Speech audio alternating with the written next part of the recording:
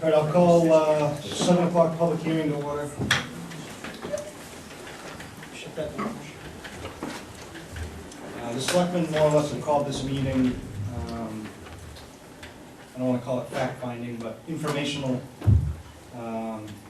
data maybe from both sides. I'd like to start the meeting maybe from the petitioners themselves, maybe they can give us information on their side. And then I know there's a couple people that have showed interest on sticking with the RSU. They want to do a small presentation tonight as well, so maybe to start, if we could get somebody representing the petitioners, maybe to initiate the informational portion of it.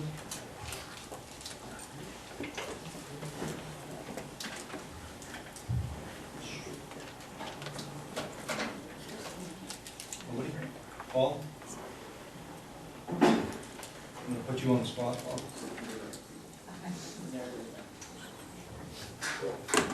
Paul Raymond. You may have to turn that on, Paul. Thank you. Paul Raymond, resident of Rhinebeck. Obviously, going to a litany of reasons why the petitioning group did what it did, but simple is that the majority of people feel that we're not being treated fairly. We have no representation. We need, and I think it's reasonable for us to ask to have the withdrawal and to have the study done so we can find out the real numbers. I think that you're going to hear from a lot of people out here, and a lot of people are going to come up tonight and try to give you numbers or whatever, but I think as a board, as a group, as people from Ronald, we need to have the study done to find out what the numbers are. The 2012 numbers are vague and irrelevant. They don't match up. They're not even, if you look at some of the categories, they're not even close. So what I'm asking is that we go forward and at least have the study done and find out what this is going to cost us. I think that's only fair.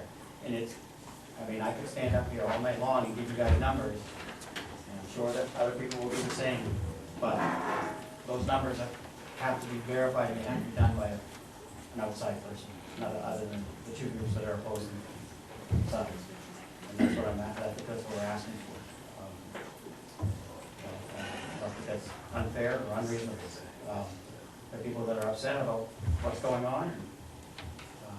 Obviously, the petition was signed, and a number of residents from the town decided that that's what they want. You guys have any questions? The process is simple. I mean, we get to the first vote on June 14th, and we vote to go ahead and do that. Then we set up the committee, and we start to see if it is feasible. And then we end up with a final vote some point in time. And that process is done, hammered out. It's a negotiation. It's a process. Tom, you were there the first time around. You know well, but that's what it is. It's a process. It's a fact-finding mission. You can't do it with, like I said, hearsay and misinformation and all those things. I just think that as a town, we owe that to the people that want to have a town. That's what the petition process is for. Paul, I have a question. Sure. You said... Could you just state your name, please? Yeah, Bill Ridland, Arundel. You mentioned that... You mentioned that we were trying to decide whether to have somebody look at the numbers and come up with a figure for cost of withdrawal. But what I see here on the public hearing, on the page that was given to us, was that whether we're deciding to file a petition for withdrawal. Right, that's why, and I appreciate that question, because that's why I think the purpose of this meeting is you have to understand that we're putting the cart before the horse to some degree by asking for numbers. The numbers have to come through that study that's done. What we're doing on the first vote, the June 14th vote, is nothing more than asking the town and asking the public to vote on that and decide to go forward to do the study and do the feasibility, whether it is feasible for us to do that. It's not about us having contest over numbers and facts right now that aren't verifiable. We need an outside party that can verify those figures. So the petition and exactly what you're stating, we're asking on the first vote is to go in and to vote on going forward with the study. And then that's going to be 6 months, 7 months, 8 months later that we decide on the final vote if we can make it.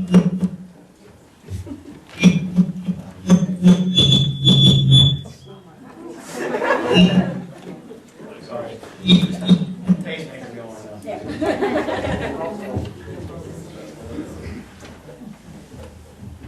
Did I answer your question? Yes, thank you. So you're saying June 14th is just to start the study? But that's involving money. Yeah.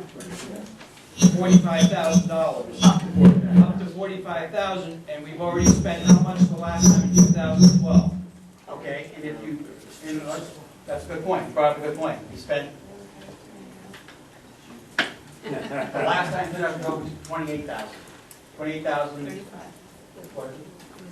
Well, we appropriated 35, we only spent 28, what was it? Yeah, it was about $28,000 or $29,000. So now we spent 28, and now we're gonna, to find a study that was expensive to withdraw, that people voted against it.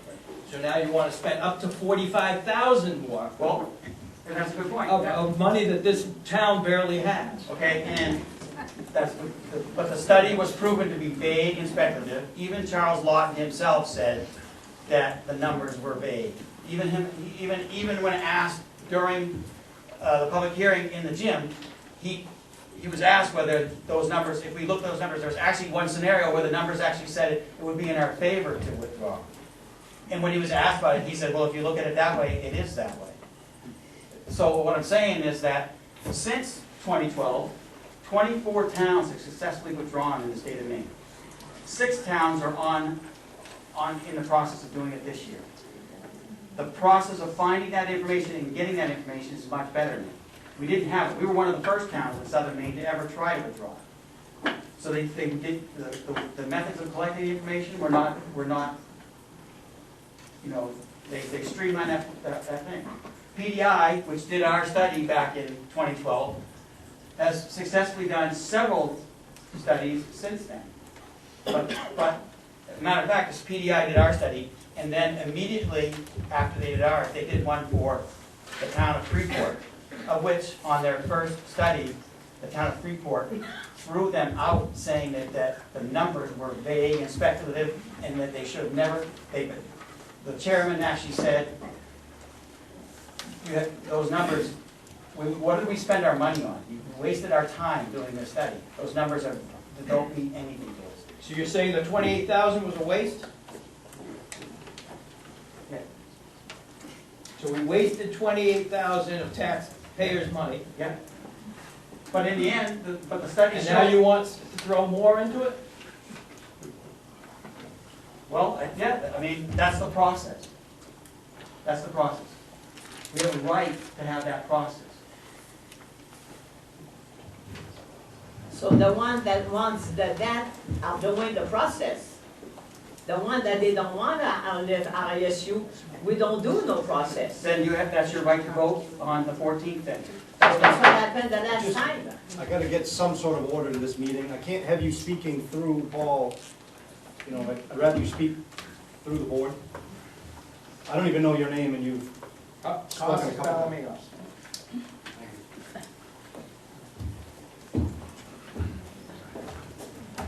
I will let the other side.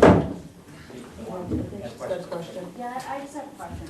Aaron Netto, Arundel. So what numbers in particular were vague or speculative? Because presently, the only unknown that we have, based on numbers that the town has calculated, based on numbers that we know from the school district, the only number that is unknown right now is additional debt that we would have to negotiate or own when we left the district, if we were successful at doing that. We have some pretty clear knowns as far as the numbers. So last time around, what was vague or speculative? You have to ask Mr. Lawton on that, because that's exactly what he was saying. But that was your opinion. But my opinion is that if he's saying that, he's the guy that actually does the report. And I'm saying that, But you agree with it? do I agree with it, that the numbers were vague and speculative? Yeah.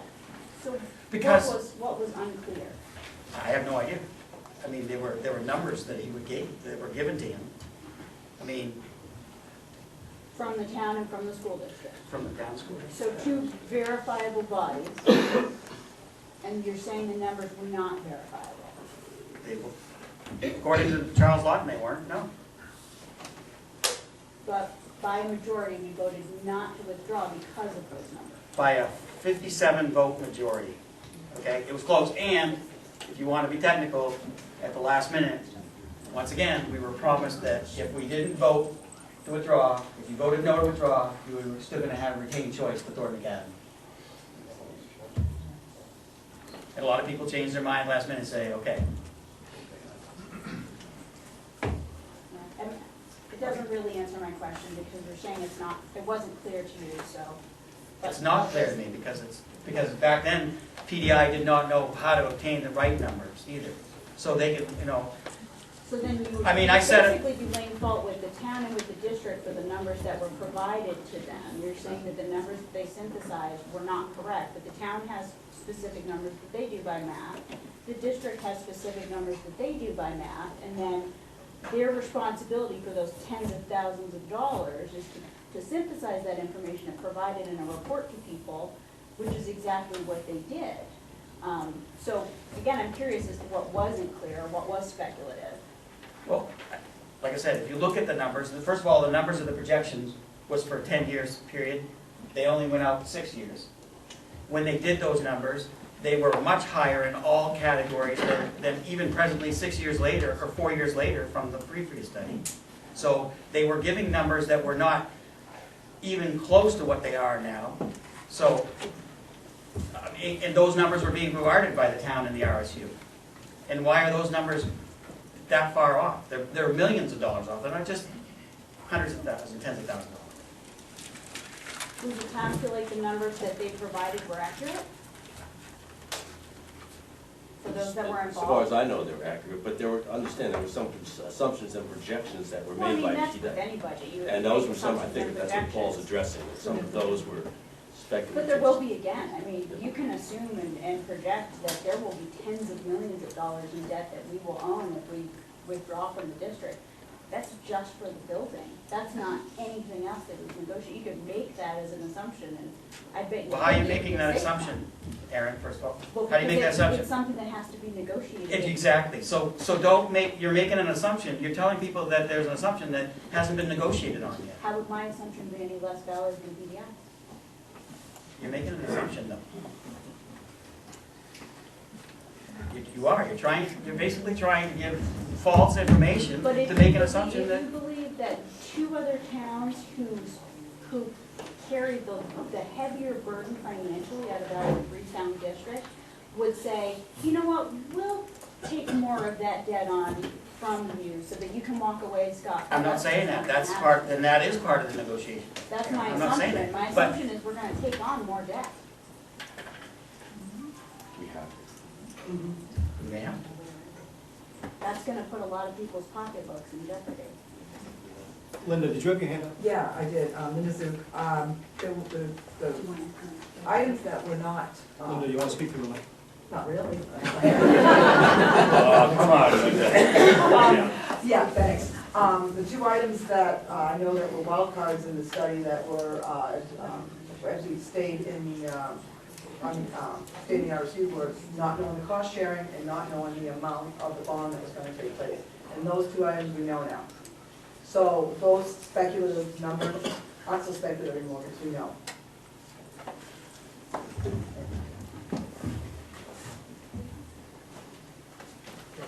Do the mic, please. Dorothy Gregoire, just to clarify, that the vote on June 14th is not simply a cost study or analysis. as Paul Raymond said, it is to start the withdrawal process, period, no getting out of it. It starts a 20-step process where money is given, committees are formed, lawyers are paid, there's no getting out of it. It's not just a study. Just want to clarify that. So, just point of clarification here, it's not to withdraw, it's to allocate up to $45,000 to put a committee together to review the withdrawal process. Doesn't mean that we're gonna withdraw, it's $45,000 for a committee to come together, they're gonna come up with a recommendation, and then that will go to the voters whether we withdraw or not. I just want to clarify that they have to write up an agreement which specifies exactly like where your school buses are going Yes. to be divided. It's not just a I study. understand that, but then it goes to the voters whether they accept that or not. Right, but you have to have the whole clear-cut teachers, negotiation, everything. It's down to the dollars and cents, I believe it's exactly the whole thing, as if you were going to withdraw tomorrow. This is how everything would get split up, I believe.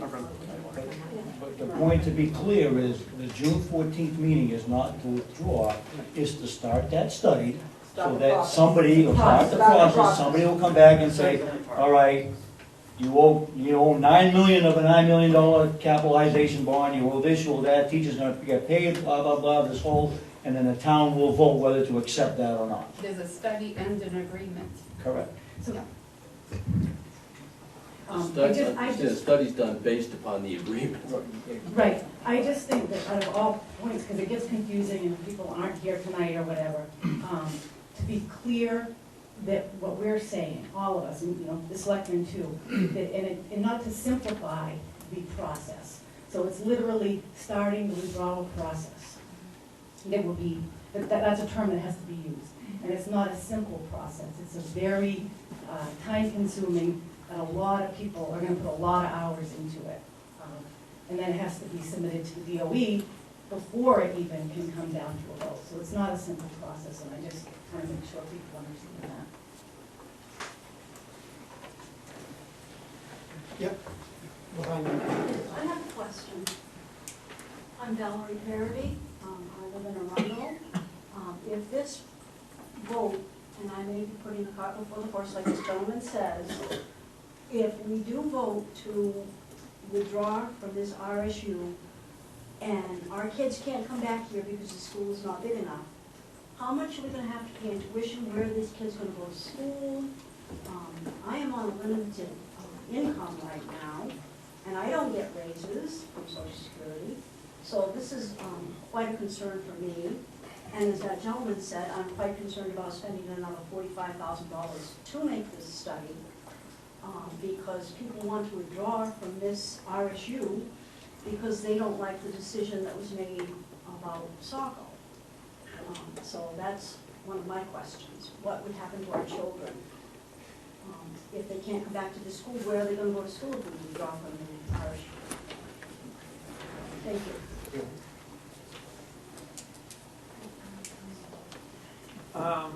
We've been talking a lot about the drawbacks of starting this process, but I haven't heard a lot of benefits of withdrawing from RSU.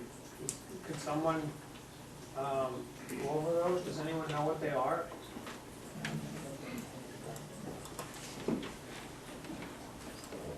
There are no benefits? Must be some. I could speculate. Thank you, Paul.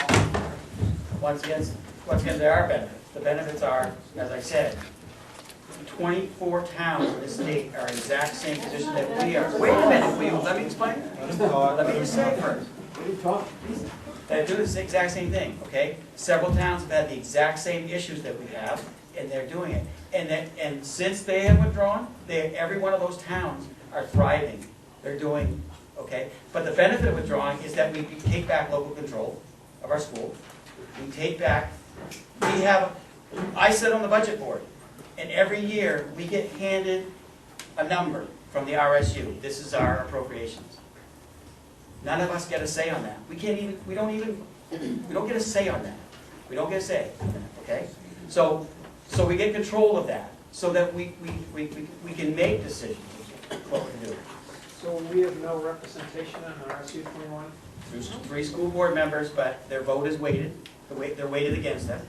If, I mean, even if, and the example is there's 6 members from the town of Kennebunk, 6 from Kennebunkport, and 3 from Kennebunkport and 3 from Arundel. If the 3 people from Arundel and the 3 people from Kennebunkport even voted together on the same issue against the 6 from Kennebunk would win because it's a weighted vote. Okay? So there is no voice and representation. Have you actually been to any school board meetings and watched the process happen? Have I ever been? Yeah. I've been to several of them. Because Way back. they don't team up against us and vote down things that are good for Arundel. We've gotten the benefit of pretty much every decision that's been made on that school board so far. I just have a question for you. You say that we Hold on a came second. short, oh, sorry. We gotta back up again. I need addressing and names and. I'm Sean Garrity. I'm just a concerned parent and a town resident. You say that we have no voice. We do have voice now. If we withdraw, this school will not be past grade 5. We'll be sending our kids out to other middle schools and high schools. Where's our voice held there in those schools? It's not, because we're tuitioning them there. We have no representation on that board. Right now, we have something. And you're saying take that all away. It just, we don't have representation past grade 5. That's gonna be a fact if we withdraw. But going back, we haven't had representation past grade 8. What do you mean? We're part of the school board in Kennebunk. No, past grade 8, no, of prior to that. Town of Arundel has high school choice. It's existed since, Yeah. so unless they change that law, it's in state statute. So we lose 3 more years of having control over where our kids are doing, or what our kids are doing. Like a very big part of their education. Right, so grades 6 through 8, we will lose control over that. That, right, if we withdraw, and this is just Well, K through 5. presently, our kids have choice. Grades 6 through 8. No, they don't. They don't have choice. No, they don't. Not until the contract. They don't have choice. No, TA took that away. Can you stand up and? That was taken away. Costas Palomino, when the contract was signed with Thornton Academy for the middle school, all middle school students, 6 through 8, had to go to Thornton. So there was no choice. They had to go to Thornton. And I know this because I didn't have choice when I sent my son to another school. I had to pay tuition there because we didn't have choice. There was never any choice for middle school. They had a contract for all the students of the middle school of Thornton. So if we withdraw, and right now there is choice for high school. If a student goes to Kennebunk High School, RSU 21 and the 3 representatives from Arundel represent those students that have chosen high school and to Kennebunk High School. So there is representation in high school. But anyone who chooses to go to one of the other schools, they might not have representation because they don't. And Thornton, right now, there is no representation for the 6th graders to the 8th graders or any high school students that have picked Thornton to go to. And if we withdraw, I'm sure Thornton will be more than happy to offer their middle school for our students for another contract, which means there will not be school choice again. Right. And you keep saying it's school choice. There's never been school choice for middle school. High school, yes. Middle school, never.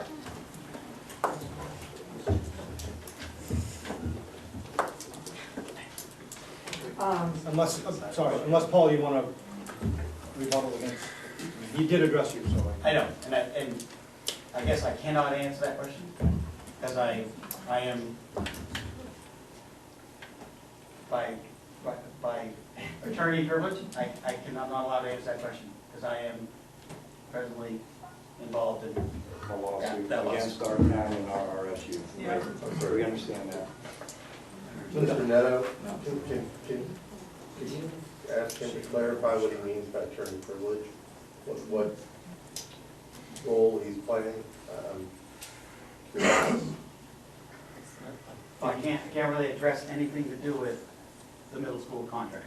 You're a lawyer? I'm not, but I am being represented by the attorney's board.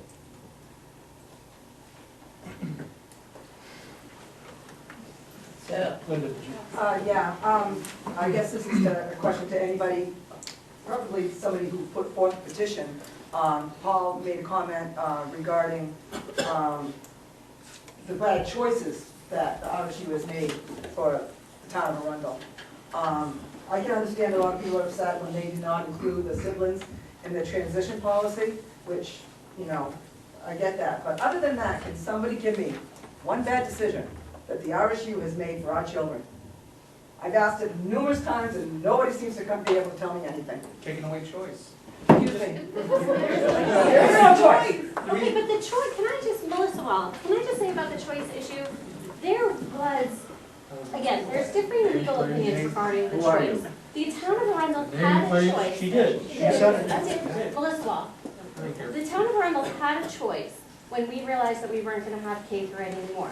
We as a town made a choice to make a contract with TAMS. That was our choice, and yes, that did take away choice for other kids, but we still had a choice, we just made one, which limited things for 10 years. But The Department of Education stated that we have never had choice. And the Department of Education has also stated that we were going to have choice. They have flip-flopped. Numerous times. Okay, so basically that's the only reason we're putting That this is- that petition? is my No, I reason. just want to know, is that the only reason we're putting forth this petition? That Is is my because you cannot go to TAMS? The reason Just wanna know. is that the reason that I have done this is I cast my ballot in 2012 based upon the promise by the Department of Education, the RSU board, and this very board of selectmen with different members. The promise, my child, I voted to stay in the RSU, losing by such a narrow margin, I voted to stay in the RSU because of that choice. I would have changed my vote. I would have voted to withdraw in 2012, many others would have too. And that's where this passion comes from. We feel misled. Noel Holmes, I'd like to know if anybody in here can answer this question. Why is it that the RSU hasn't allowed school choice to continue, even though the contract is expiring, and it doesn't require another exclusive contract with TAMS? You can have an open contract. Aaron? After the contract expires, if you want to send your kid to TAMS, you're certainly welcome to do so. You just wouldn't be doing it on everyone else's dime. You'd be paying for it. Like if I were to send my child to Wainfleet, for instance, who's not in our district, I would be responsible for paying for that, and I would be responsible for the logistics. So you have that ability to do so if that's what you choose. As to So the choice 19 comes with the price students tag. In went other words, to the RSU just wants to Kennebuck. save a I'm few sorry, That dollars. we paid for. he was asking me to follow up. So the RSU just wants to save a few dollars. That's pretty much it. No, I mean, who doesn't want to save a few dollars, Save a lot of money. but that's not the priority. Hey, we can't yell to each other in the crowd, it doesn't do us any good. I think this is healthy, the discussion's healthy. I think we need, yeah, go ahead. Do I need to go to the microphone? Yeah, and you have to state your name, I don't know who you are.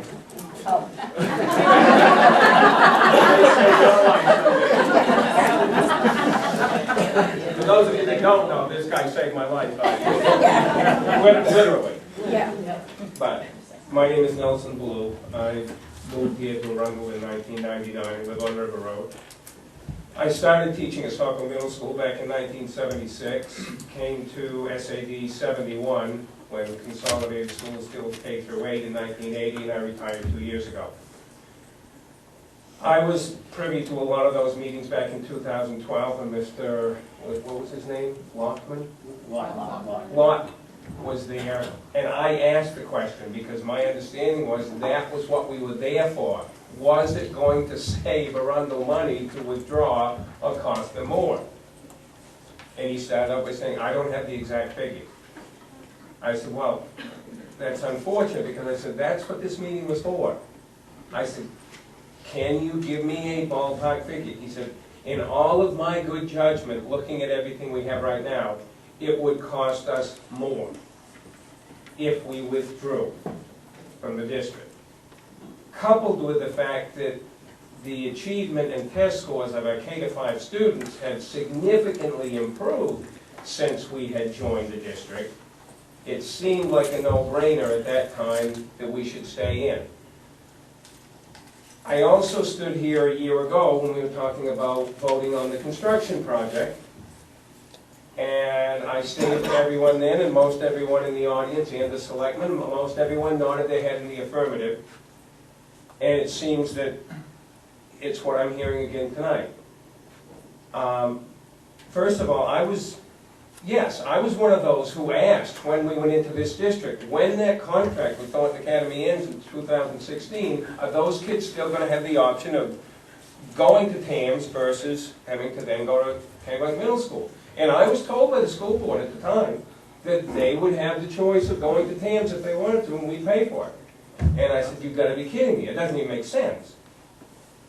The only reason I honestly believe that the Arundel students were not at Kennebunk Middle School to begin with was because when they started talking, do we have a place for these kids to go, because it wasn't suitable for K-8 here anymore, Kennebunk did not put in an offer. Saco and Old Orchard Beach were the only two that came to with offers, and I went to those meetings. And somebody said, well, why didn't Kennebunk even offer? The reason was, and I knew the figures at the time, and these are ballpark within a few students. In 2002, we moved into that new middle school with 670 kids. It was built for 700.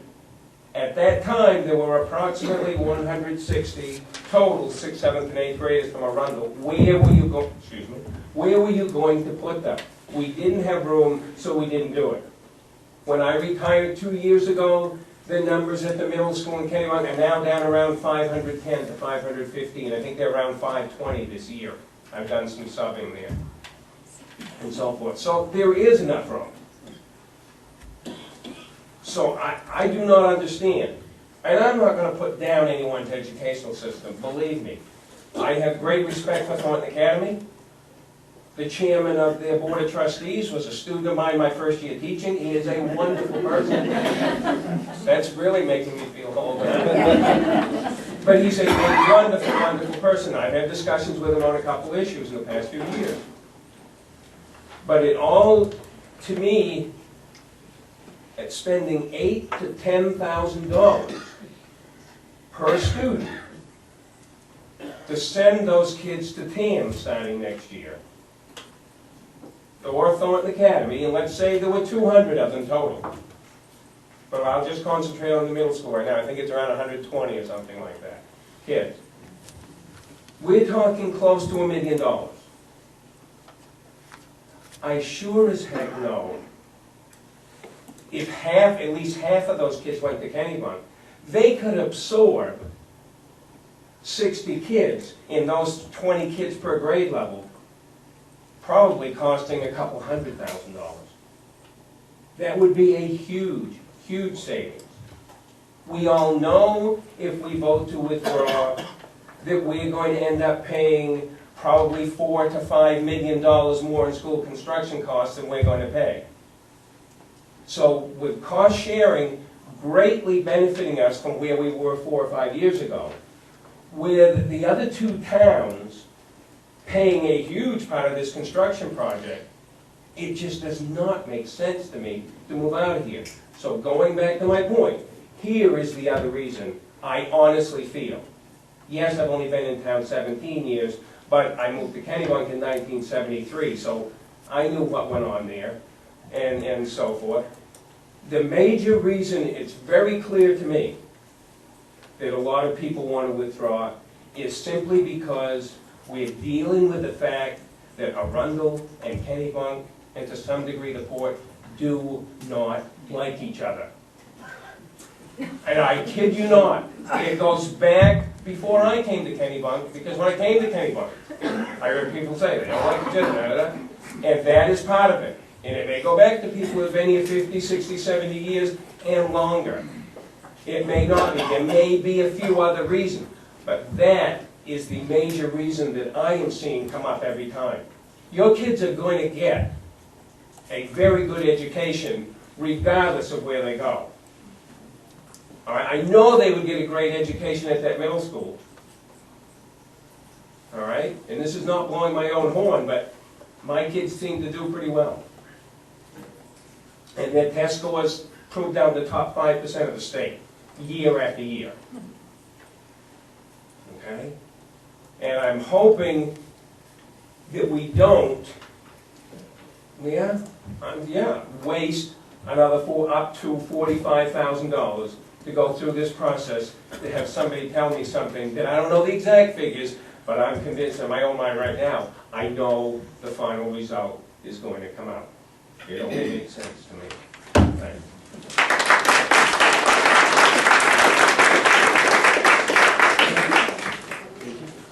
Yeah, Sam, go ahead. Speaking for the other side now, I think. My name is Sam Hall. I'm an Arundel resident, have been since 2007. First of all, I just want to sort of lead off and say, I know everyone here has a prime directive that we will not impact the wonderful quality of the education our kids are getting here at MLB since consolidation. No anger or suspicion is worth that. And I hope everyone will agree on that, because if you don't, then we're in a different universe. I want to just address this question of numbers that has come up by Paul. We've been in consolidation now for what, 6 years? 6 years, right? 7 years. Any number that a consultant would use to do this stuff, it is not sitting in some secret place in Augusta or some magic vault that he only could tap. His numbers will come, or their numbers will come from the RSU, because they have the experience of what it takes to run a district like this and this school. There's no other place to get them. If there is, somebody tell me, because I don't know where they are. The numbers, there was some uncertainties last year about the bond and the cost sharing. Those have been resolved. Those uncertainties are known now. A few months ago, when this first came up, I stood here and I spoke about withdrawal, and I called it a nuclear option. By nuclear option, the impact on London would be catastrophic. The impact all our citizens, frankly, just to satisfy a few who are pushing this drastic option. First, and I'll go to the bottom line, give a few bucks. Our tax rates would go up. Your property tax rates would go up 35 to 40% for 20 years. You do your own math on what you just paid for taxes and tell me if withdrawal from an economic standpoint is worth it. I also want to just address this issue of the 24 towns that have successfully withdrawn. They're not our town. We're unique. We have our own future. We have our own current situation. The fact that a district in Washington County withdrew has absolutely no impact upon what we should do. And I think that's a spurious argument to simply say that 24 towns have withdrawn. Good luck to them. It has nothing to do with us. Jack Reitz has been working, my friend over here, has been working for a long time to try to pull some numbers together and to give you all folks an idea of what we think within a margin of error will be the result, both on the cost of running the school and on the cost of the debt that we have to assume if we do withdraw. So with that, can I turn it over to Jack? Thank you.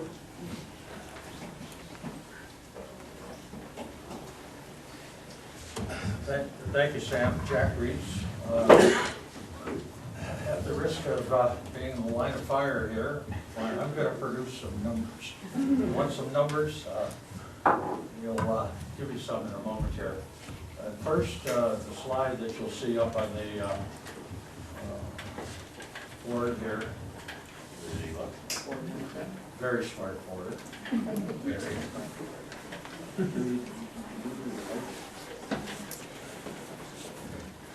Possible to kill the lights at all? Good. That's perfect. Thank you. This is just a brief statement that I think we actually can all agree on as to the history of the contract. There was a need. I called it a make-buy decision. And our decision was to buy. We signed a 10-year contract and moved ahead with that. If you go to the next section, please, John.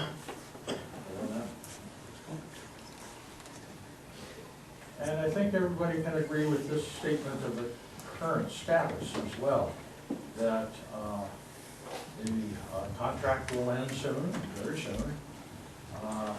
It had a 10-year term, which was basically mandated as the maximum length of time that a contract can be held, and that's state law. There was also an arbitration agreement back in 2010, and that becomes part of the legal document as well. The issue now has evolved from a withdrawal process now into a court suit. And if we can go to the bottom, please, John. This is really, I think, a statement of the issue that we are facing. If we decide to withdraw, what is it going to cost? And what are the ramifications of it? Recognizing that high school students finishing middle school can go to either school, or actually a number of schools. This next slide now, so I think that's non-contentious here.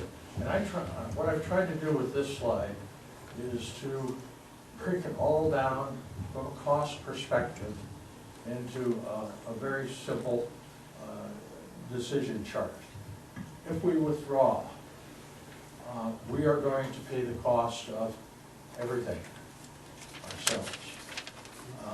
My estimate is about $2 million a year incremental to our cost today for the next 20 years. That breaks down to about $5 per thousand, or roughly $1,000 per year average on a 200K home. That's a lot of money. And there are other alternatives. The withdrawal process seemed to have begun with a proposed policy change on busing, and then it just quickly escalated from there to withdrawal. I simply don't think this is appropriate.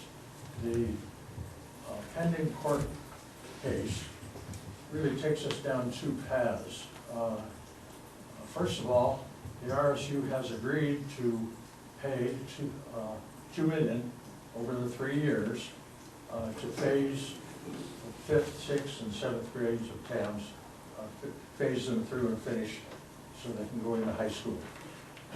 That will cost around 13% of that $2 million, $260,000. That in turn breaks down to about 35 cents per thousand, or if you will, $70 a year on the average $200,000 home. That would be followed then by whatever court decisions are made, and there's really two choices. One is simply that the cost sharing continues, and assuming that cost sharing savings begins in the second year, as some students would go one way and some would go the other, I assumed 50% each way. And so those tuition costs would then continue, and my best estimate is about 16 cents per thousand. Alternatively, if the RSU takes all students, and Nelson's numbers were pretty close. If MSK were to absorb 60 kids, half the students, they can do that without adding staff, and it would cost essentially $400 or $500, not the $2,000.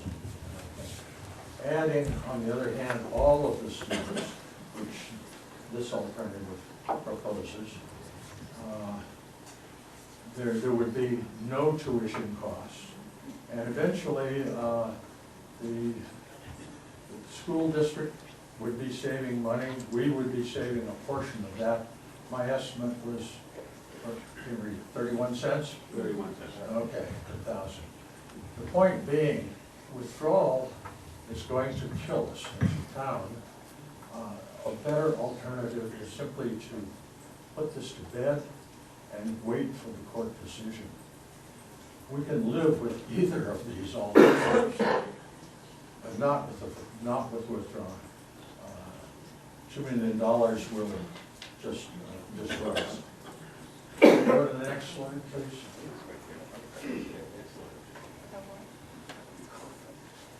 Thank you. Not very big numbers, but essentially what the top of this slide says that today our valuation is 10% of the 3 towns. Kennebunks is 50% and the Fort is about 40%. The 10%, on the other hand, we have 22% of the kids, and our new debt is brought forward in the budget at 10%. The net result of it all is that we pay 13% of the RSU budget.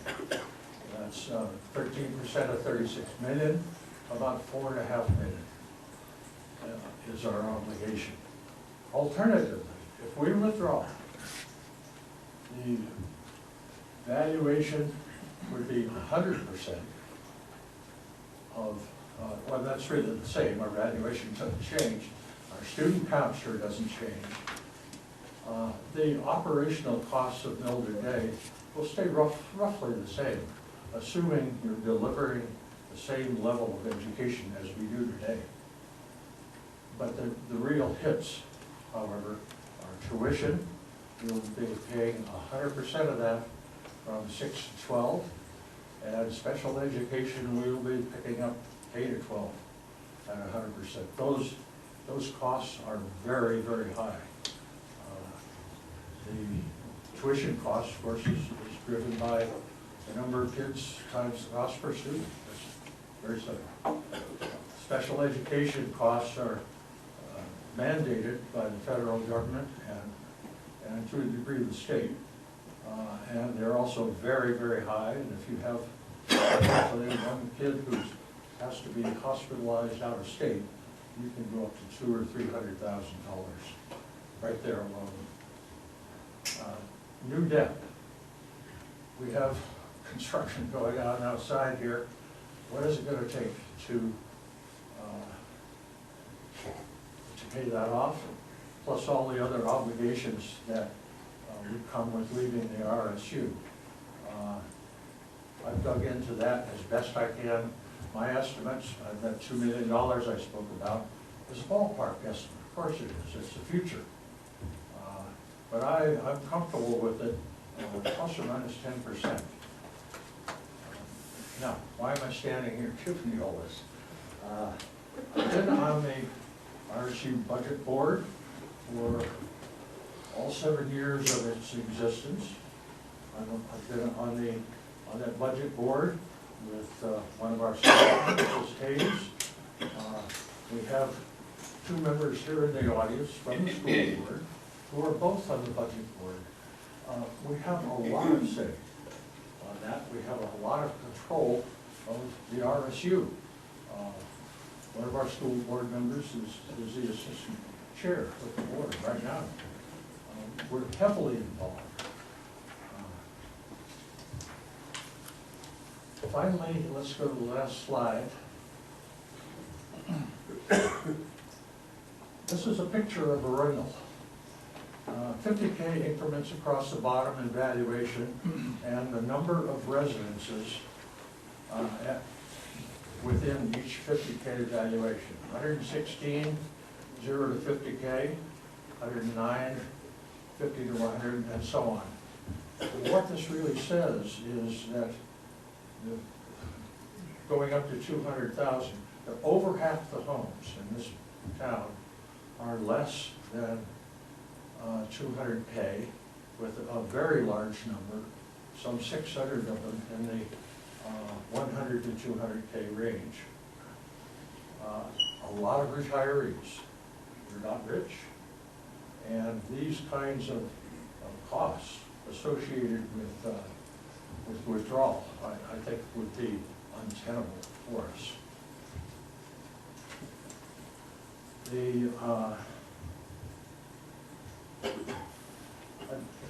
That's what I wanted to say, that withdrawal is really not a viable option. In fact, I have not heard a single reason, other than a few bucks, some perceived cost difference, as a reason for withdrawing. You know, I haven't heard that anybody's hurt by it. I think we ought to take that off the table June 14th and look at the other two options. Let the court decide whether a 10-year contract runs for 10 years or permanently. And take whatever decision that makes and move it. Thank you.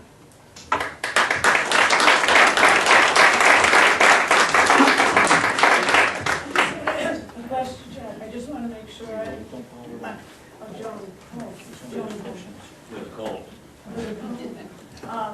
so what you're saying is, we have 22% of the students right now, but we're only paying 13% of the cost. And that's the big difference. And that's the big difference. Because if we Go withdraw, along. we have to pay 100% of all our kids, and then plus the debt. Because right now, of the whole debt, I want to make sure I understand this. The total bond that was coming to MLD was 9 million or 11 million for the fixing of this school. Well, first of all, the total bond is, I think, 56.5 million. Right. With interest over 20 years, that's about 73 million. But for this school, for this school alone, the principal is 8.6, am I correct? Yes, 8.6. And that principal and interest is 11.1 of that 73. So for that, say 11 million with interest, Yeah. how much are we right now, without withdrawing, obligated to pay? Right now, we would pay 13%, 10%. I thought it was 10. 10% of that 73 million over 10, over 20 years. So we pay 7.3 million to get for our school 11.1 value. Is that right? I just want to make sure I understand. Thank you. Thanks. Other questions? I hate to have my back to it. I just want to clarify one thing, because Jack and I have gotten along quite well since the RSU came into being. The only reason that I was putting in additional costs of around $200,000 was, I guess, because I'm not on the school board and I'm not an administrator, I'm looking at it from a teacher aspect. Yes, if you take 20 kids per grade level, and right now they have 8 to 10 homerooms per grade level at that middle school, you could put 2 or 3 kids in each homeroom more and not add any teachers. But I guess I would like to think as a teacher, if you're gonna take 20 kids, it usually adds up to a classroom for me. So I was putting in the cost of a teacher on each grade level, and they usually figure with salary, depending upon where they hire with years of experience and benefits, that it's going to be somewhere between 55 and 65,000, and that's where I was coming up with the 200,000. So I thought I bet I'd put a little something there. I said you're going to do it at no cost. I knew that would come back to bite me, that's for sure. Yeah, if I could elaborate, you're absolutely right. The 20 kids in the elementary, K-5, definitely would have that teacher. Yes. Mr. Reeves, thank you for the presentation, by the way. It did have a lot of good information in it. You said that where did you get your figures, is my first question. Well, I am pretty intimate with the budget. You're on the RSU budget board? for last 7 years, yes. So is it safe to say you would be biased to the RSU? I just wanna know if a third party, if paying a third party to get a study done, if you're confident, Mr. Reeds, that you can sum it up in the last 15 minutes, that you I have far it more on detail top? below this, I just tried to put it on one page, but I've been working for 10 years now. Prior to, actually, the 10-year contract, I was on the town budget board, I am now. I was on the town budget board during the period that the contract began. Was heavily involved in the contract negotiations during, 7 years ago. And I've been involved ever since. My personal objective as a very senior citizen is really trying to give the kids around the best education they can possibly have. Have a responsible purpose. You know, there's fiduciary responsibility when you're on either the school board or budget committee. Yes. And that applies to my particular situation, to both the town and actually the school board. Today I'm a non-voting member, but I'm allowed not to vote. So a lot of your numbers are based on the current cost sharing formula. Absolutely. And my understanding is that cost sharing formula can be, will be termed out and could be amended, correct? Certainly.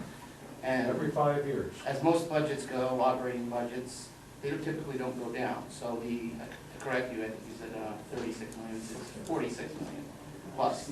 That's expected to go up, right? Year after year? Oh, if you know the budget keeps going down, So I mean, if those cost sharing formulas do change, and the budgets are going up, it could potentially cost the town more money to be in the RSU. Hypothetically, of course. I can almost guarantee that any school board budget anywhere is going to go up 1 to 3% every year, over or more. Because I remember voting on the initial bond, which was what, 75 million? And then it ended up going back, and we ended up with a 56 million, which I still thought was ridiculous, but again, my opinions are my own. That's just a question. Well, the 56 million was approved by all 3 towns. Thank you. Aaron, behind you, Jen. Okay. Mine isn't a question, it's really just a clarifying comment.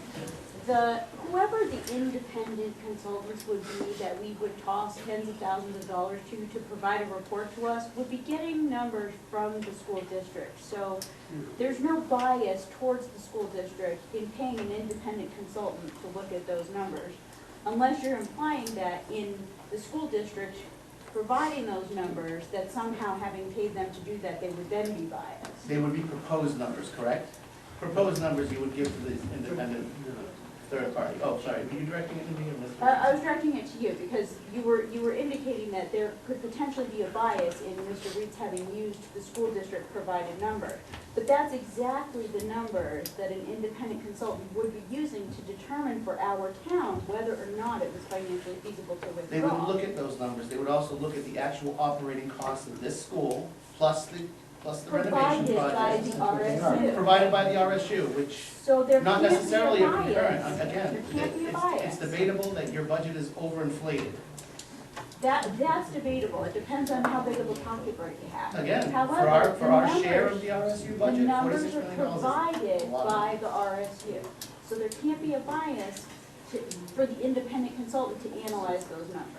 I just want to make that clear. Sure.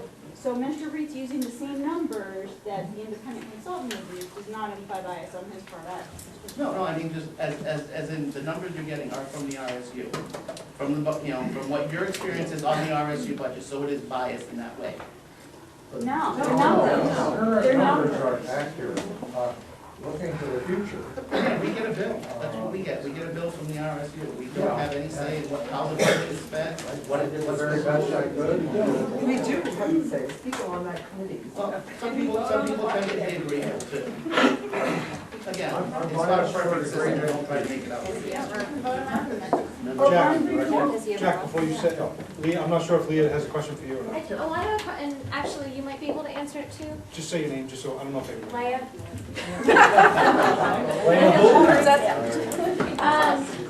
I'm just curious, because the last year, when I was going to all of the MLD school board, and you were on that last board, our budget was 6.9 million, correct?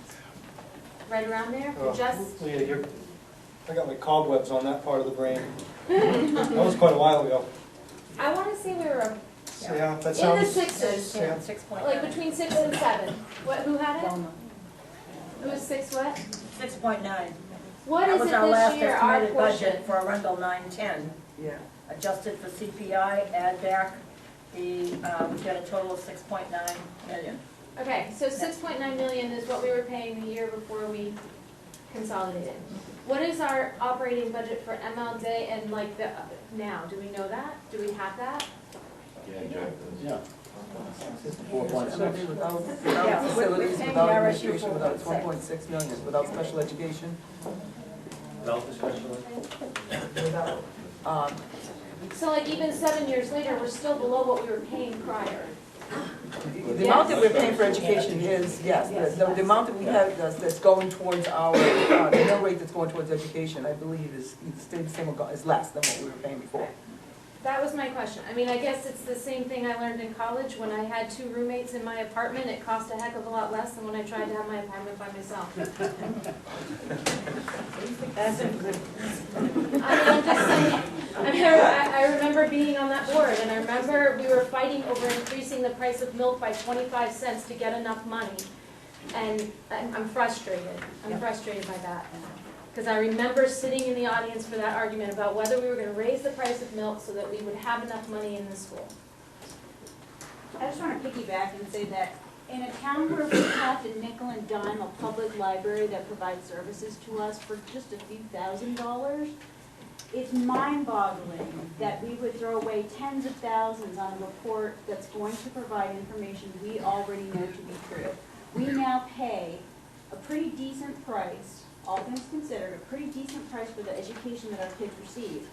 We are starting, I don't know if anybody knows the dirt outside, we are starting a major construction project, and we're not gonna walk away from that debt-free. We're gonna own that. So our budget, our bills are going to go up if we decide that we're going to leave. And if we can't pay $2,500 to the public library, where are we gonna come up with the money to pay for our town to run a school?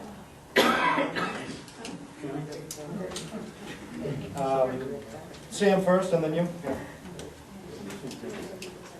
Just want to address this question of new debt, because I've heard some rumors around that we'll just take our school back and it'll be fine. No problem, just start where we were. We own a part of the current capital construction that's going to be going on now in the RSUs. We voted to approve the bond last year, and now we have a legal responsibility that just doesn't go away if we decide to withdraw. Sure, we'll have to renegotiate or negotiate with the RSU to find a way to satisfy the bondholders for the risk, increase in risk our withdrawal would cause. We own our 10% share of the 11 million in principal and interest for the current construction program. Since last time I looked, we don't have millions of bucks in cash waiting around to be spent. We're going to have to issue a new bond, a Rundle will, to provide the RSU with a lump sum equivalent to the discounted present value of our share of the current bond that's been floated. Any new bond that Arundel should issue would carry a far higher interest rate than the very favorable 2.77% that the RSU does. We also need to include the, $3 million that the RSU has put into this school since consolidation, to fix it up, to repair it, to bring it up to standards. That doesn't go away. That's been paid for by the RSU, by our neighbor towns. The total we need to borrow would be about $14 million. For $14 million to buy, now you're into pure math, pure bond math. Ira, wherever you are, ran some numbers on it. And For a $14 million bond repaid over a 20-year period at 3% interest rate, we would pay $932,000 a year. That's math. But it's highly unlikely we'll get that AAA rating that RSU did. So we're somewhere between 3 and 4%. So that's equivalent to between $930,000 and $1 million is the amount the town would need to increase our taxes every year to pay for the bond. Sure, some of these would come from negotiation with the RSU. Some would come from discussions with the current bond market whenever we go out for a bond. I'm a former investment advisor, an SEC regulated investment advisor. I have some familiarity with this stuff. Rates are going up. I think that's pretty clear. But the overall impact on Arundel would be the same. It would be disastrous for our business community, our fixed income residents, our property values. I heard someone say once that, gee, wouldn't it be nice if property values went down? You really think your taxes would go down? If your property values goes down, that's not a good thing, that's a bad thing. And it would be disastrous for the future of our town. We talk about the need for a community center to bring this town together. What are you going to pay for it? You've spent your future on withdrawal.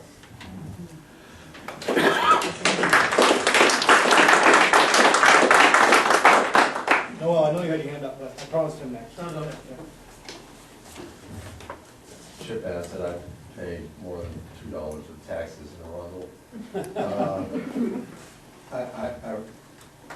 I think that I think I understand the frustration that a few individuals have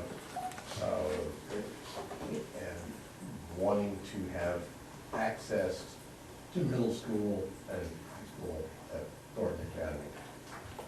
I really think that we need to look at the long term for the town of Arundel. But first off, I'm not sure everybody understands that education is over 70% of the town's budget. So if we have a 10% increase, I'm not using any specific numbers, but it costs 10% extra to have this extra flexibility that the petitioners are seeking. That is going to take a big chunk out of funds available for trivial things like maybe additional police protection, the town hall, the community center that Sam mentioned, economic development. We don't have a whole lot of financial flexibility here in Arundel. And it seems to me that taking chances with our long-term cost of education is a mistake. Just plain and simple. So what is the alternative to the RSU? That's something I'm not really hearing loud and clear. The alternative seems to be that Arundel will own and run this school for K through 5, for the older day school. And then we're going to have to contract with other entities for middle school and high school. Right now, some of our kids go to Kennebunk High School, some go to other schools. What happens over the long term if Kennebunk High School gradually fills up? Because Kennebunk's population grows. Are we always going to have guaranteed access to the schools that are part of RSU 21 right now? If we withdraw, I think the answer probably is no. So are we going to be at the mercy of others for the education of kids in Arundel? I think it's this isn't random. Somebody mentioned several times that there are 20 some odd towns that are withdrawing from their RSU. One of those towns is Dayton. They have a contract right now with a private school, which says that the private school will take as many kids as the private school wants each year, that it will take the kids it wants each year, and that the cost is X dollars for tuition, but any special education needs are over and above that, and Dayton has to meet 100% of the cost of special education. Now, why do we want Arundel in that kind of position? Where we have that uncertainty, I don't understand that. It just seems to me that we are risking losing access to a greatly improved education system that we've got in the RSU right now. From what I understand, test scores have gone up dramatically. The state was about ready to shut Arundel School Board down in the mid-2000s. I just don't understand what the advantage is. So I think that you have to look at the long term. If all we have is an elementary school and we're at the mercy of other people to provide middle school and high school education, I'm just afraid we're going to be in a situation where we have no negotiating leverage, and it's going to cost us more money in the long run. Thank you. This is a two-sided issue, no doubts about that. The $45,000 appropriation to move forward with the withdrawal process, is that going to affect the individual taxpayer in any way, or does that come out of the general fund? It's coming from It's coming from fund balance, yes. That money's been already collected, so there'll be no impact on the tax rate as a result of that money at this point. So, say in this board's opinion, to get a third party to smooth all this over wouldn't be beneficial? I know people are passionate, people have numbers, you know, I'm not arguing their numbers, I don't want to claim to have any numbers of my own that I would throw out there, because they're speculative. But again, with the last withdrawal process, again, it was earlier, it was flawed, and I think it's worth a go again for another $28,000 or up to $45,000 even.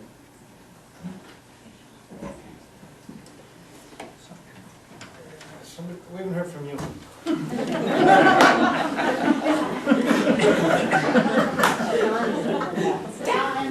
I'll go to the mic. You've been chosen. Hi, I'm Juliet Mandier. I live on Jubilee Lane, up on Post Road. We have 2 young kids, so we're watching this very closely to see what happens. One of our issues is, are we gonna have to do this every 3 years? And like every 3 years, so, I mean, personally, I'd like some decision made, so we're not here, because I feel like, I mean, we're kind of outsiders to the town, but we've been here for 7 years, so not really. But I feel like this kind of is tearing the town apart from an outside perspective. So it'd be nice, you know, we talk about community center, building community, it'd be nice if we could get past this, you know, if we are been members of RSU for 7 years, let's kind of heal and get past that. But my other question is, Saco, or Thornton Academy is paying lawyers to do this lawsuit, there are members here who are part of the lawsuit. Why don't we kind of wait it out and see what happens before we make a motion to withdraw? I feel like that's not costing us anything. And, you know, it seems like the issue is school choice. I also agree that there should be school choice in middle school and high school, but I don't think withdrawing is the answer. I feel like we should wait and see what happens through this lawsuit process, what they determine, and then maybe Thornton agrees, you know, maybe the decision is there is school choice between 5 and 8, and then at that point we have to make a decision on what we do with busing and make that step. But I feel like it's a little premature to just say, okay, we're gonna withdraw because, you know, we are gonna get a fantastic new school. My son's very excited about going to kindergarten the next year, so I think we just need to wait a little bit on that and just let the process happen. Thank you. Ira.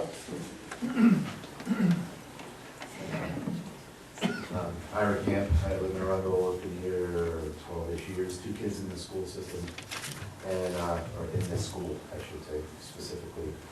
I do sympathize or empathize with the people that have had long-standing family relationships with Thornton that go back, you know, 20, 15, 10 years, whatever that is. And I can understand how it would be difficult to have to make a change at this point after having your kids go there and maybe your kids' kids go there and being part of their family and their sports teams and things like that. I get that.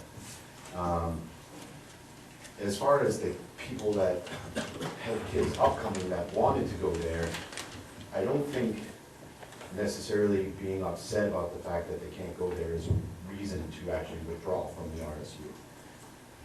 The reason that if you want to withdraw from the RSU should be because you think you're gonna get a better education for the same or less money at a different school outside of the RSU.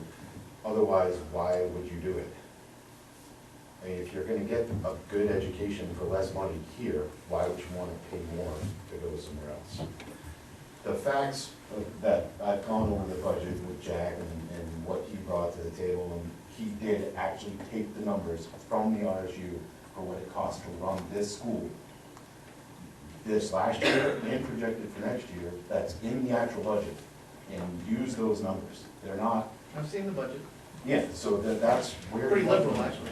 Yeah, so that's exactly where he got the numbers from. So there's no, and I don't, I mean, we've gone over it a million different ways. I feel it's absolutely 0% chance that our taxes don't go up significantly if we withdraw from the RSU. And that would really be devastating to this town on so many levels. We will see property values suffer. I work in the mortgage industry, and I've That's already not heard. true. That's just not true. What? That I work in the mortgage industry?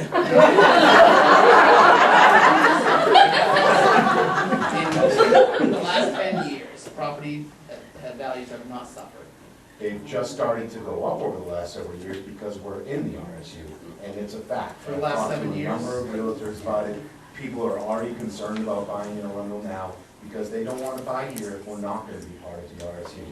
And I'm just telling you what I've heard. You can go ask them yourselves. There's a million realtors in town that I'm sure would be willing to chat about it. But taxes are going to go up, property values are going to go down, and unless we're going to spend at least the same amount or more money, our quality of education will go back down in the school again because we got the possibility of not getting our teachers back, not getting our principals back, not Speculation. Mr. Began, you know, you were given the opportunity to speak and nobody cut you off. Please let the individuals do their piece. If you want to rebut, you can rebut after the fact. But let him say his piece, please. Yes, it is speculative that we may not be able to hire every teacher back from the RSU. Most likely, we won't get all of them back because they all are under contract with the RSU. None of them are gonna wanna take a pay cut just to probably come back to the movie days, unfortunately. But anyway, I'm gonna keep it short. That was basically all I had to say, was that I don't wanna see this town suffer for it. I feel like we're getting a great education in the RSU right now. If there's a serious reason why we should withdraw it, because we're gonna get a better education for the same or less money elsewhere, then I'd love to see how that would play out. But I don't think spending the money on a study, and it's not just about the money. To spend 45 grand, like you said, if it's already in the general fund, whatever, it's not about the money for me, it's about the time that it takes to have to fight this stuff constantly, to tear this apart the town. I mean, it's no good for anybody. It's no good.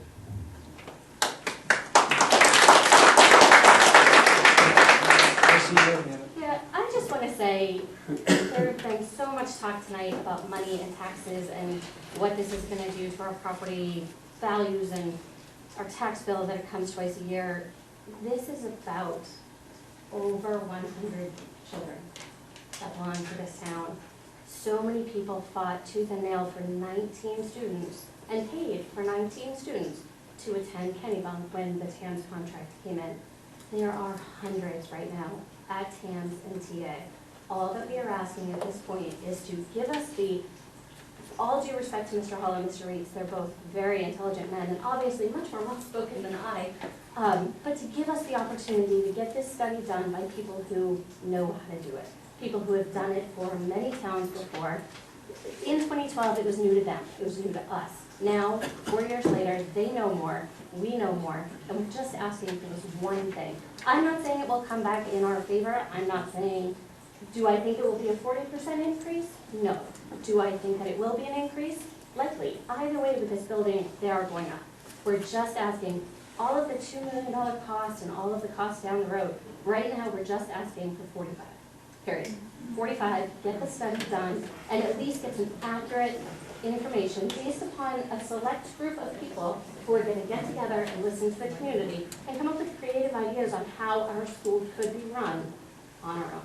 If at the end of that, the agreement is not favorable, we vote no, and we stay in the RSU.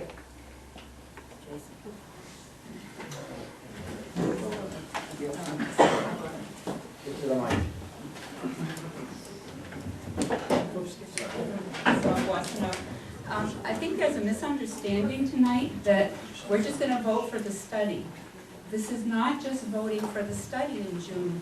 You are voting to inform the RSU directors and the Department of Education that you want to withdraw, and that you are starting, you not only are starting, but you are writing the withdrawal agreement, so that in the next time you vote, if you vote yes on that second time, you have it all laid out. This is how the teachers are gonna get split up, this is how your buses are gonna get split up, this is how your hot lunch is gonna get split up. Everything is in that negotiation paper. It's not just the study, it is the whole withdrawal agreement that you are voting to begin. And I just want to say that as a parent, as a person who had to leave my high school my senior year and get into a regional high school, kids are very, very flexible, they adapt. You're not just sending one child to a different school system. You are going to send those 100 kids together as a classroom. They will still have high school choice. This isn't college, this isn't their final diploma. This is just a stepping stone. I moved my kids when we moved from Dayton to Arundel in 5th grade, in middle school. They adapted, they grew, they made new friends, developed new neighborhoods. I guess I understand that it is going to be hard. It is a change for them, but they're flexible. Kids are very, very flexible. They'll accommodate to that. And I think one of my big concerns is, as somebody mentioned, there's no guarantee that if we form our own school board, that there will always be room for us at Biddeford or Kennebunk or Thornton.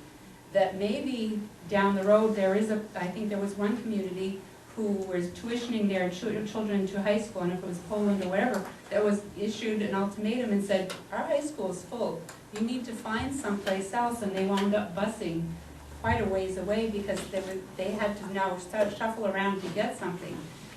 You know, another concern of mine is special education. Thornton Academy is a private school. They do not need to take special ed kids. They can say they don't meet our criteria. What will happen to Arundel's special ed kids who have special needs? I think we have to kind of look at the whole picture and kind of just, but remember, you are not just spending $45,000 to do a study. That's the biggest thing that I want to make sure that in June you're aware that we are not just doing a study. Thank you.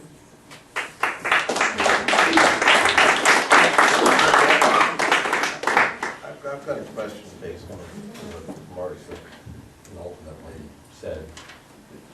Is anybody talking about children who are currently at Thornton Academy, middle school or high school, being pulled out? No, absolutely Okay. not. Go ahead. I just have a question for the board. I last heard that we were in the process of RFPing for independent consultants to do this whole analytic process.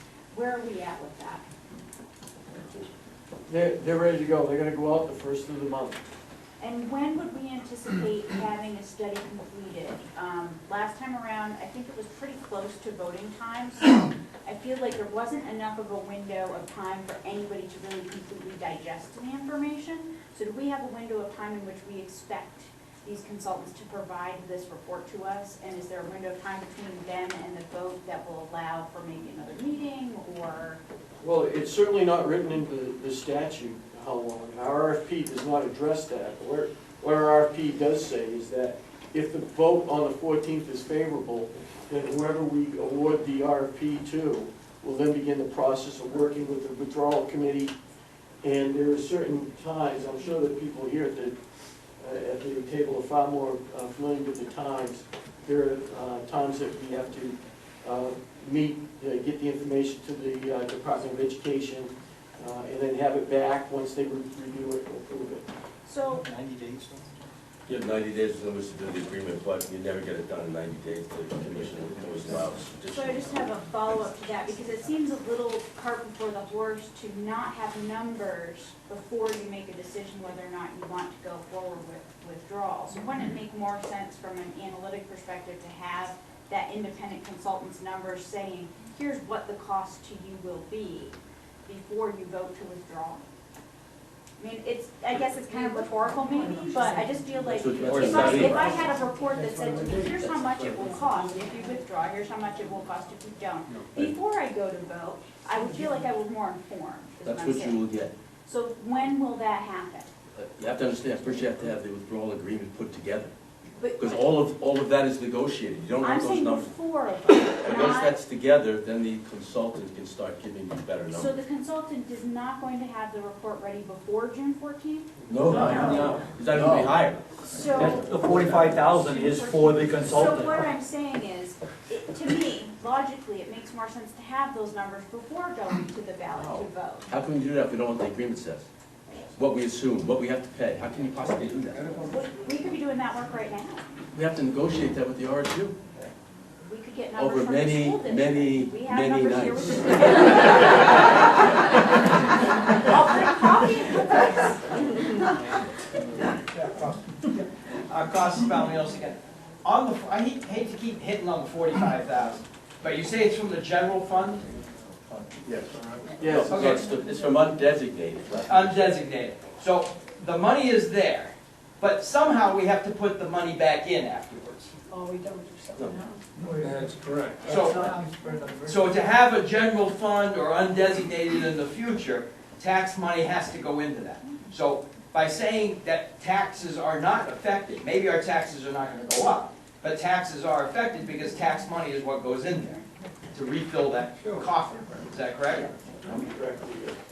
I just have another dollar question as well, primarily because I'm not budget oriented. So this undesignated fund, if we had wanted that $45,000 to go towards a project that the town needed to have completed, is that allowable? If or the is it not voters allowed? approve it. So if we wanted to put 10% of the culvert project budget from undesignated fund toward that, so we didn't have to bond out as much money, we could choose to do that. The voters would have to decide to do that, yes.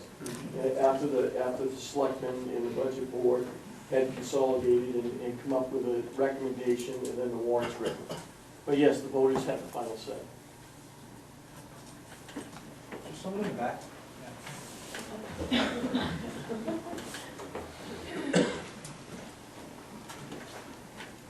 I'm not good at off the cuff, so I'm gonna read what I wrote.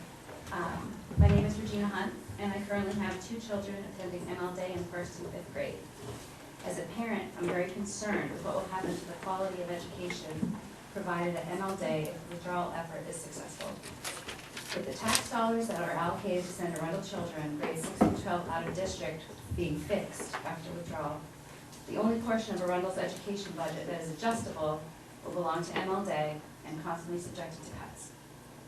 On April 13th, I read an article in the Journal Tribune discussing a $1 increase to the mill rate in Saco, due in part to an accounting error which resulted in a loss of $500,000 of education subsidy from the state. In this article, the city requested that the school board cut the school budget for the year to lessen the impact of the tax increase by 53 cents. The Saco School Board pushed back, saying their budget was already too lean and they wouldn't make the requested cuts. My point in bringing this up is this. The city automatically looked to the school board to make the budget cuts, which would impact the quality of education for students of Saco, all over a 53-cent per $1,000 increase in their annual budget. We in Arundel are looking at a much higher increase to our mill rate if withdrawal happens, and my fear is ML Day's budget will always be on the chopping block. I don't think anyone will argue that the quality of the education provided at ML Day has increased significantly since joining the RSU. This is largely due to the shared resources between the 3 towns and a significant portion of the cost of education for Arundel students being subsidized by the RSU. Withdrawal would mean the loss of these shared resources and an increased cost to maintain the same level of education here at ML Day alone. This in no way is faulting the wonderful teaching staff we have here at ML Day. Everyone agrees that they are and have always been top-notch. However, the direction and resources currently provided within the RSU is what brought us where we are now, one of the top elementary schools in the state versus the bottom 20%. As with any job, an employee's performance is maximized when their employer provides the best resources, allowing them to perform to their utmost ability. This is the positive impact we've seen at MLD since joining the RSU. MLD going alone would be in constant threat of budget cuts and resource loss in order to manage the town's budget, limit the increase to taxes of its residents, while still attempting to complete much-needed infrastructure within the town. Withdrawal is not the direction the town should take. Increasing our taxes while inevitably leading to a decrease in the level of education for MLD students is a negative impact to the town of Arundel as a whole. Thank you for your time.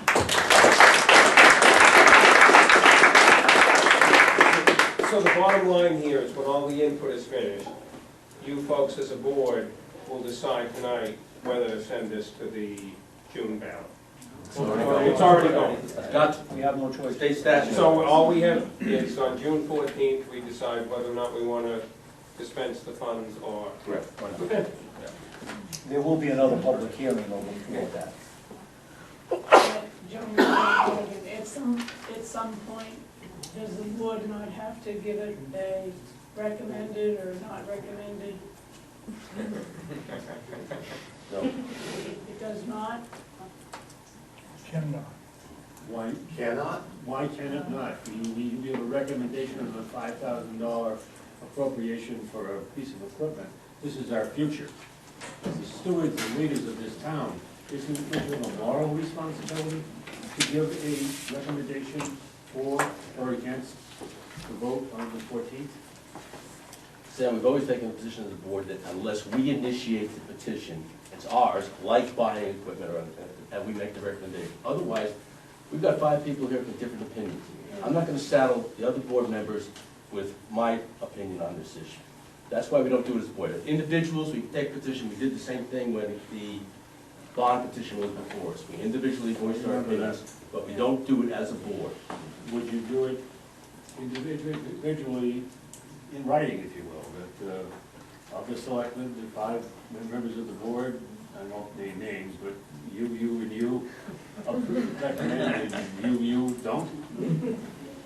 I mean, the town needs to know where our leaders are coming from on this. Well, I mean, we're still going to have a public hearing on this. I'm not done hearing all the arguments myself. No, I didn't mean right now. Oh, okay. We're just looking at the At the end of this, at the end of the hearings. At the end of this, I mean, I think you could inquire of us whether we have opinions. Correct? Thank you, sir. Anybody else? Linda?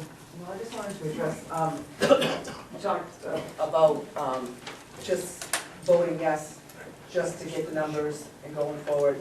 I voted yes last time around, because for the same reason, I thought if we get the numbers, get to the bottom of this, then we would know exactly what was going on, and then the town would go on whatever we voted, and we would heal. And so, numbers aside, that only came out 3 weeks before the vote, and it was a mad rush and crazy getting them out to the town so that they knew what was going on. All of a sudden, the whole thing changed. You know, why we were going through with the petition. The thing that, I mean, if you want to set aside the numbers altogether, if you don't believe the numbers in the study, take a look at the withdrawal agreement itself, because that was enough for me to vote no. What the risk financially that we were putting the town in with special education and any other uncertainties with maintenance and stuff with our building, you know, the risk was far too great, no matter what the numbers were in the financial study. The withdrawal agreement itself was enough for me to vote no. You need to take a look at that and see what they had planned for our kids for special education. It wasn't a good plan. There was no stopping the plan. The Board of Education approved it, but I honestly, I mean, I don't know why or how. It's not what I wanted for our future kids. Thank you. I guess with saying that, Linda, and people hope that we only, 57 votes or whatever it was, I'd like to know how many people read that agreement that got turned into the state DOE, because you would be shocked on what was written in it that only passed, what we were putting ourselves in and our children's future, and it passed by that slim of a margin.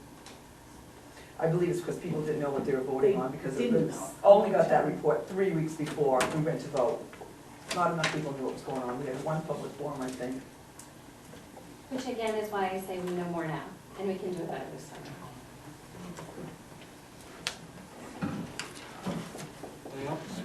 Yep.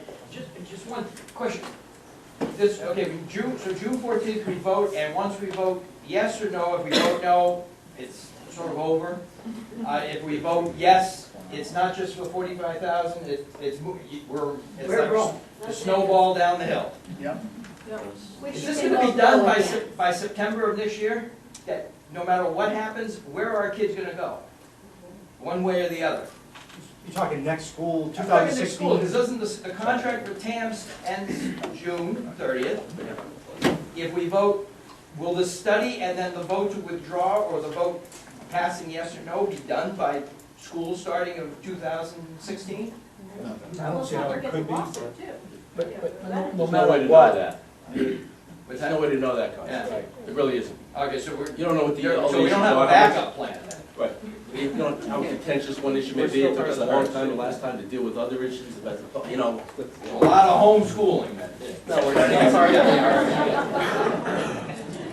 just please bear in mind that the RSU is the current kids that are, for the next year, that are going into grade 5, the RSU has allowed those kids to go into TAMS.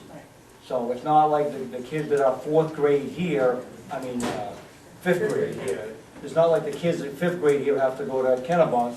The RSU has allowed the 5th graders here to go into the TAMS. So if it's voted down in June, then it's business as usual come September, as far as RSU will welcome everyone in and allow, what, 5th, 6th, and 7th graders to move up into the 6th, 7th, 8th of TAMS? But even Any if it's 4th voted graders, yes. any 4th graders that are here would be forced to go to Kennebunk Middle School when they got to that What do you mean point. forced? Like strong-armed or just? Fourth. Fourth grade. Fourth, but you said forced. Yes. Go. Yes, so they would have, they don't have choice. So they'd be going to the school district school, middle Correct, school. they would be going to middle school, correct, yeah. And to your earlier question, even if the withdrawal agreement is still in process, we're still part of the RSU until you vote on that permanently on that agreement. Okay. All right, so that, okay, thank you, that answers that. Yeah. I only have one small thing, and it's itched at me for a while, is the lack of control.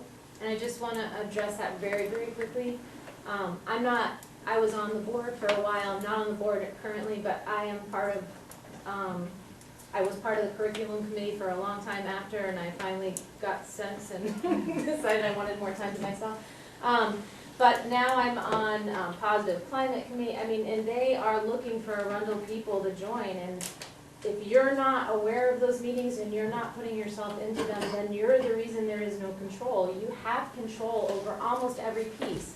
We have control over that budget. We go to all the budget board meetings. We can go to the budget hearing. We can speak our minds on that budget. You can email all of a bunch of us emailed every one of those board members about what we wanted kids to be able to go to in transition. We wanted a transition plan.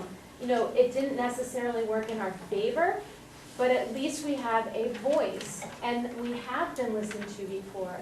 One thing I will say is when we are contracting our kids out to other schools that do not have a school board that you can be a part of, you do not have control. I sat in this building, and when our reading scores were abysmal before consolidation, in a room with the headmaster and with Steve Markey, and I said, as I was a teacher, and I said, hey, have you guys done DEER? What are you guys doing? And the headmaster put his hand in front of Steve Markey, looked at me and said, you have no say in what we do. Point blank. So when we talk about local control, I want us to be real clear on what that means. We would have control over K through 5. We will not have any control over 6 through 12. We do not right now unless we are going through the RSU board. And I'm tired of hearing we have no control, we have no control. Go to those meetings, talk at the budget board, email. You guys got tons of emails from me when we were going through the RSU process. I listen and I'm paying attention, and so are a lot of you, but if you're not speaking up and you're not taking that opportunity, that's not lack of control, that's you lack of taking control. So I'm frustrated with that constant comment. And trust me, I stood up there and said, you will have choice, because that's what I was told. And so I understand, and I am sorry when that came out, I cried. Because I thought, I look like I've just lied to all my friends. I understand. My kids, I pay tuition for my kids. I've driven my kids for 7 years to and from school every flippin' day, because I don't have a bus. I understand. And I feel terrible about it. I really do. And then we tried to come up with transition. It didn't work out. But to punish the entire town and to pay all of this money and to take from the rest of the kids who are in this school thriving, I think we really have to come up with another plan. And I'm hoping this lawsuit will come through and we will have some place to go. I do not think withdrawal is the way to go. I really don't. I think we need to wait until that lawsuit is settled. I really don't want to hear about control anymore, because that's a complete crock.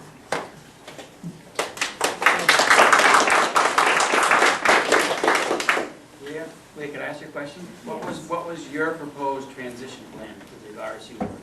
I did believe that we should transition all of the families that had chosen to go to Thornton, all of their siblings on. Okay.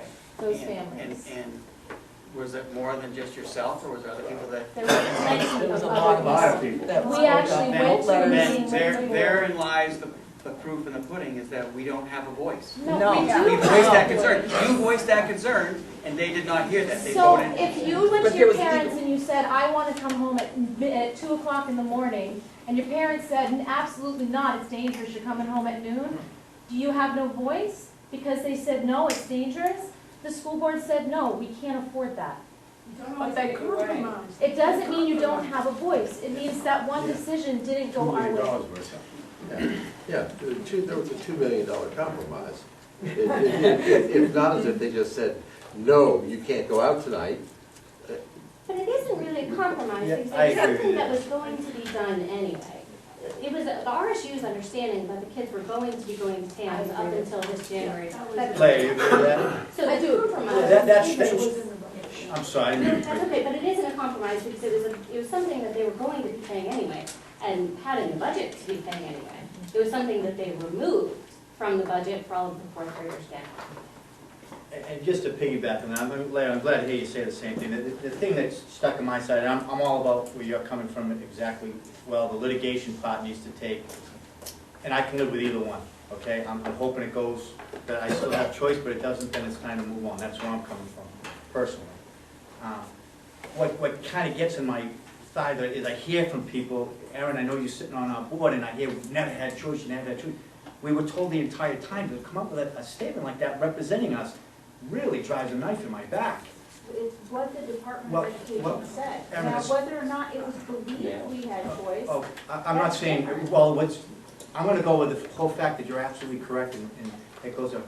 That's not what was stated for the last 8 years. Because Okay? people believed that we had choice. I understand that, and to sit there, but to sit there and then just say, well, whoops, we made a mistake, it's a little hard to swallow on that. I don't think it's we made a mistake. I don't think the RSU made the mistake. It wasn't the RSU that did it, it was the Well- state that made the mistake. Oh, that's in the litigation part of it, but the understanding with everybody was we were gonna have choice, and that's what that's why I'm in the litigation on it, because I'm fighting for that side of it, and hopefully it goes and I can live with it. Right. But what turns that even more is then, and you said, when it went out by Katie this year, that letter to all our parents, choice where are we sending them, and then the numbers come in, and I said it at another meeting. The perception is, most of those kids all were going to TAMS, okay? So then what does the RSU do as a board? Shut off transportation. okay? And I'm not seeing the reality of it, I get it, but I don't think, you mentioned, what did the RSU do wrong? I don't think they've sold it in a very good manner. Okay, to me, it would have been, first of all, if I was the superintendent of schools or whoever's in charge of, well, she's directly in charge of that, I would have stepped up and said, listen, we've got a difference of opinion right now that just has come to our attention, okay? And before we freak anybody out in any town, specifically Arundel, because you're the one mostly affected by this, we're going to go and get a declaratory judgment on this so we know where we stand. Then we'll deal with whether it's grandfathered, not grandfathered, whatnot. Let's deal with what we have first, okay? Which was not done. As a parent of kids... That's what they did. They took it to their lawyers, they sent it to DOE, and it came back, no, we were wrong, you don't have choice. But a legal opinion is... But a legal opinion, Dick Spencer said the same thing. I know this is going to go to court on it. My point is, I would have rather seen them take it, take the initiative on it, because you're dealing with the town. Right. Okay? And yeah, and Thornton stepped right up, and there's a lot of, you know, camaraderie with that, with a lot of people, makes him look like a hero. The busing situation, Thornton steps up, makes him look like a hero. Okay? And that's, whether that's perception or reality, it's out there either way. Right. Okay? It is. So, my point on all that is, so you do that, and then as a parent, this year, okay, because I did, and Dot, I think one of the meetings that we were at, there was, I said, there has been no correspondence with the RSU getting these kids in this school integrated with all the kids all around in the towns. Right. And But what did I say? What was my answer? well, your answer was, but I went back to that, and you're right. And it's honestly, Doc, when I read that, the 2010 decision, there's some gray area there. But this year, it's not a gray area. This year, it's not, because you can recruit, because it's open. And nothing's really been done. So the perception, again, on the RSU side, and you've had that comment a few times, and my perception, I'm like, what are they doing? They're not coming in hard. And why isn't someone calling me or having a forum like this and saying, listen, Katie Hawes, all of us, listen, this is our situation. We want your kids. We want them. Okay? And I didn't get in it. All I got was a letter, which way you choosing. I thought they couldn't. So they can. They could this year, though. Why could they not this year? They're not, it's because of the contract is still in place. What they did do is when they brought the kids over, they've increased the trips over to the middle school, they increased the trips to the different elementary schools. When they were there, Katie Haas stood up and said, we hope that you love it here, we hope that you choose this school, but they're not. And First of all, just let me finish. Sure, go ahead. You're also comparing a public high school that has no PR firm in their, you know what I mean? Sure. I'm sorry, but Thornton is, I mean, they have an entire PR machine that is meant to do that because that's how they get their livelihood. Sure. Okay? School districts don't. Now, whether I agree with whether that's right or wrong, that's just the reality. The superintendent is not going to recruit necessarily in that manner. She did increase all of the trips. So has Dr. Crowley. They have done tours, they've done things with parents, they've done all sorts of things. As a parent, I haven't been notified at all in any of it. And that's, I totally get it. And I don't part of know if that's anybody else the lawsuit. on that end of it. My kids are in this school, they've gone to 2 different No, schools this year. my children have too, but I was never notified why they were doing it or whatnot. We're trying to Well, get I these think it was kids. just participating, Well, and while they're there, she always gets, I mean, I host Houston Craft coming to the schools, and I was there, I introduced him, she comes up, she said, this is just one of the many beautiful programs you get here, and blah, blah, blah, yada, yada. I agree. I was at one of those as well, and that was the first I was aware that this was going on. Right.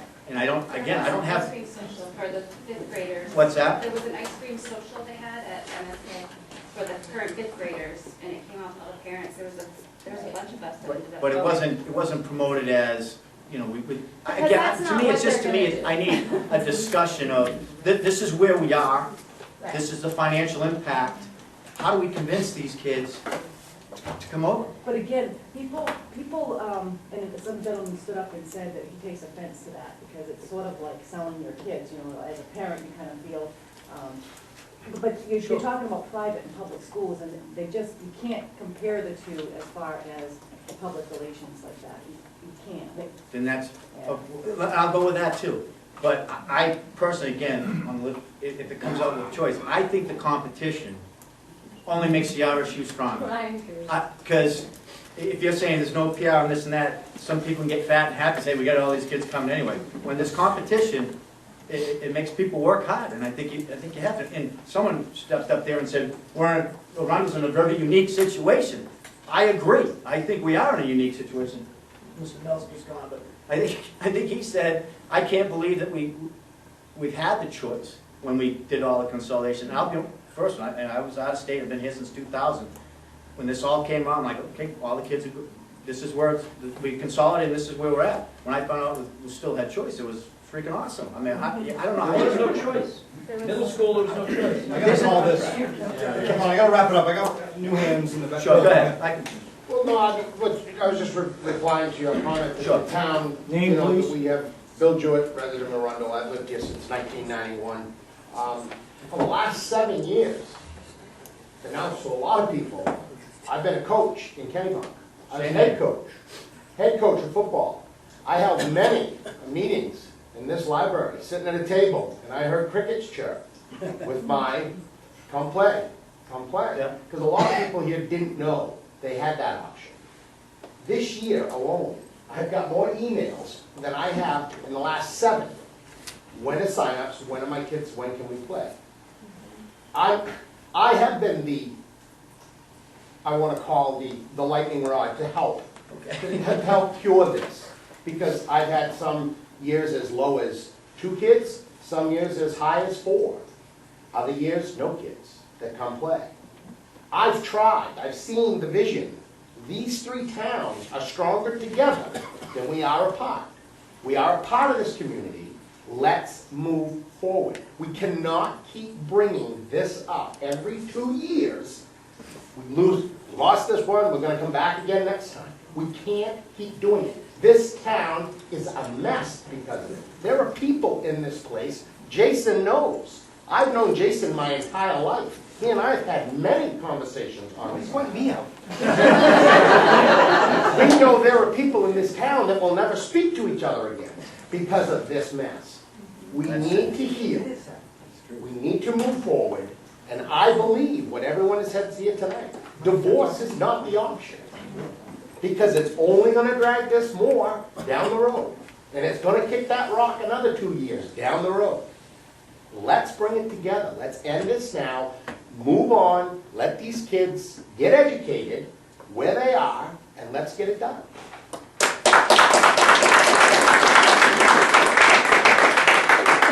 Dan, I just want to clarify a point you made. We had a meeting. A good point? A good point. Okay. Katie Hawes had mentioned here a while back that she tried 2 weeks before anything came out about busing to contact Thornton's headmaster to start working on something, because the other private schools, Wayne Fleet and Berwick and everything, provide a bus that picks up. And I think she was trying to work out something with Thornton, and they never got back to her. So, and Thornton's response was, we were waiting to see what the RSU does before we even decided to negotiate. And she was at a public meeting here saying that she had. Oh, I was 2 here weeks at that, before. I was here at that Yeah, meeting. she had tried 2 weeks before and got no response from Thornton, so. And that she wasn't the didn't- only attack. That was not the only or the. So it wasn't a cut and dry thing on the bus either. Where Well, was the notice okay. to the public though? But my point on that is that the other side says the totally opposite. Of course there was. So that's what I'm saying, so. You're not admitted it that night.